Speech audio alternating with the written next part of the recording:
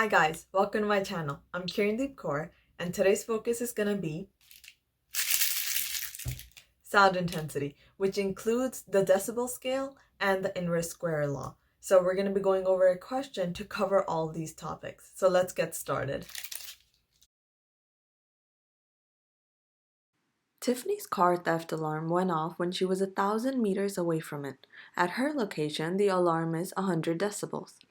The thief was only able to run 10 meters away from the car when he fell. How loud is the alarm where the thief fell? A. 140 decibels, B. 110 decibels, C. 90 decibels, and D. 60 decibels. Alright, before we can actually answer the question, you need to know a little bit of background on intensity. So intensity is the perceived loudness. Intensity is measured in watts per meter squared.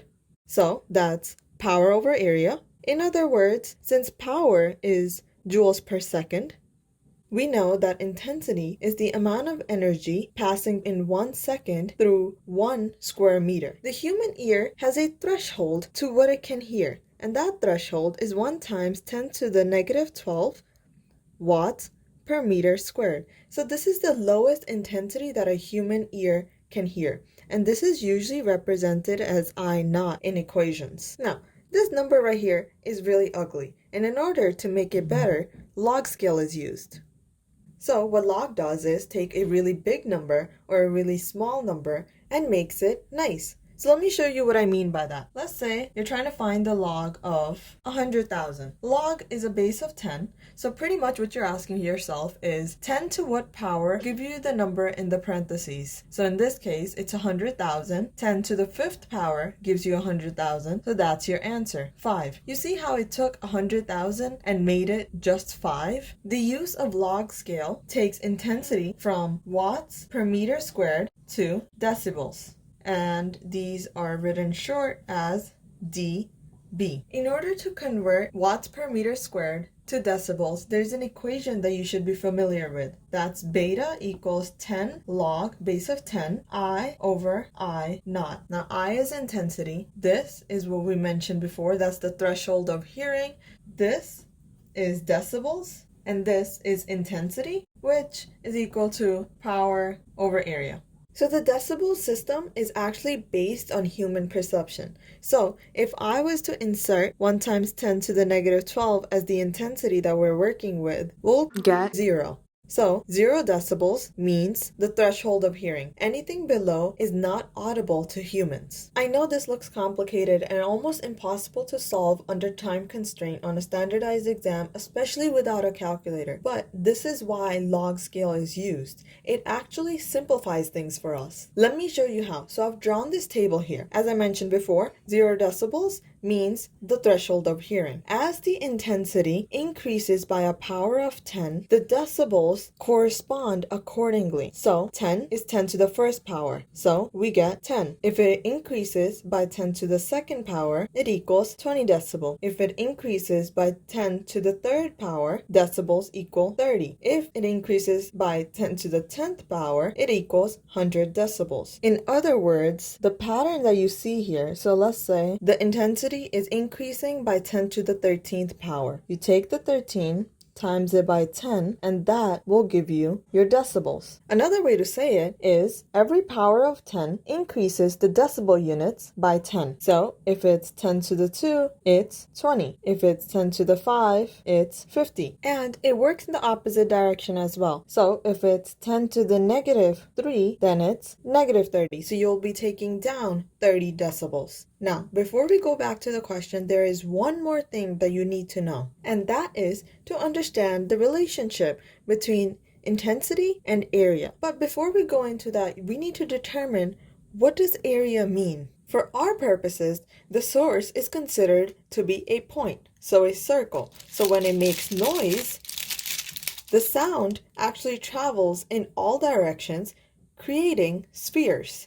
So when we're calculating area, so we use the sphere formula, which is 4 pi r squared. Now, what I want you to notice is that 4 pi stays constant, and when you're trying to understand relationships, you only focus on the variables that change. So in this relationship, our intensity changes, and that is inversely related to the square of the distance the sound is traveling. This concept is called inverse square law. Inverse square law is the concept that our question expects us to understand very well in order for us to be able to answer it. So, let's go into a little more detail. So I made this drawing just to show the relationship between intensity and the distance. So as you can see, when the sound travels a distance of r, the intensity is I1. When that same sound travels a distance of 2r, the intensity is 1/4 of what it was at r. So it's I divided by 4. At 3r, the intensity is 1/9 of what it was at distance r. Now keep in mind that I is still being measured in watts per meter squared. Now let me give you an example. Let's say at distance r, I equals 100 watts per meter squared. At 2r, it's going to be 1/4 of 100, so it will be 25 watts per meter squared. If at r, I is equal to 36 watts per meter squared, then at 3r, our intensity is equal to 4 watts per meter squared. Now, this does not work with decibels because this relationship only works for intensity measured in power over area. However, don't forget, we have established the relationship between decibels and intensity measured in watts per meter squared. Don't forget the equation that we went over and the table that we made using that equation. So keeping all of that in mind, let's tackle the question now. Before going over anything else, I want you to get the concept down. The further away sound travels, intensity is going to decrease. That information by itself is enough for you to eliminate two of the choices. Since we know that Tiffany is farther away from the car than the thief, we know that the intensity being experienced by Tiffany is actually lower than the intensity being felt by the thief. Knowing this information, automatically we can eliminate C and D. Now, I've made an illustration of what's happening. You will not have this kind of time on the exam, but I want you to be able to imagine this. Now, let's go over what we know. Tiff is 1,000 meters away. The thief is 10 meters away. We don't know the intensity being felt by the thief, but the intensity felt by Tiff is 100 decibels. Now, again, you have to keep in mind that the inverse square law only applies when you're working with the unit watts per meter squared. So setting it up the way we're familiar with, 10 meters is our R and 1,000 is 100 R. According to the relationship that we're aware of, Tiff's intensity that she heard is equal to the intensity heard by the thief divided by the square of the distance. So 100 squared.